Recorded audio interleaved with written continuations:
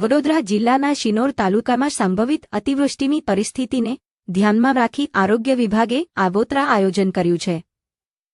નીચાણવાળા વિસ્તારોમાંથી 28 સગર્ભા મહિલાઓને સુરક્ષિત રીતે મોટા સોફળિયા સ્થિત સામૂહિક આરોગ્ય કેન્દ્રમાં ખસેડી વિશેષ મોડમાં દાખલ કરવામાં આવી છે, જ્યાં અત્યાર સુધી 18 સગર્ભા માતાઓની સફળ પ્રસૂતિ કરાવવામાં આવી છે. શિનોર તાલુકામાં ભારે વરસાદ અને પૂર જેવી સંભવિત પરિસ્થિતિમાં કોઈપણ આરોગ્ય સંબંધિત મુશ્કેલી ઊભી ન થાય તે માટે મુખ્ય જિલ્લા આરોગ્ય અધિકારી વડોદરાના માર્ગદર્શન હેઠળ આરોગ્ય વિભાગ, સ્થાનિક તંત્ર અને પોલીસ દ્વારા સંયુક્ત કામગીરી હાથ ધરવામાં આવી છે.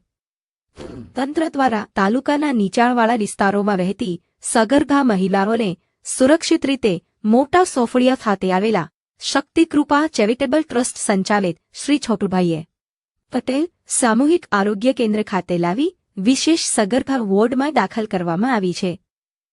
તાલુકા હેલ્થ ઓફિસ અને પ્રાથમિક આરોગ્ય કેન્દ્રોના લાઇન લિસ્ટ મુજબ 19 સગર્ભા માતાઓને સ્થળાંતર કરાઈ હતી, જ્યારે આરોગ્ય કેન્દ્રમાં અગાઉથી નિયમિત સારવાર હેઠળ રહેલી 9 સગર્ભા માતાઓ સાથે કુલ 28 મહિલાઓને વિશેષ દેખરેખ હેઠળ રાખવામાં આવી છે.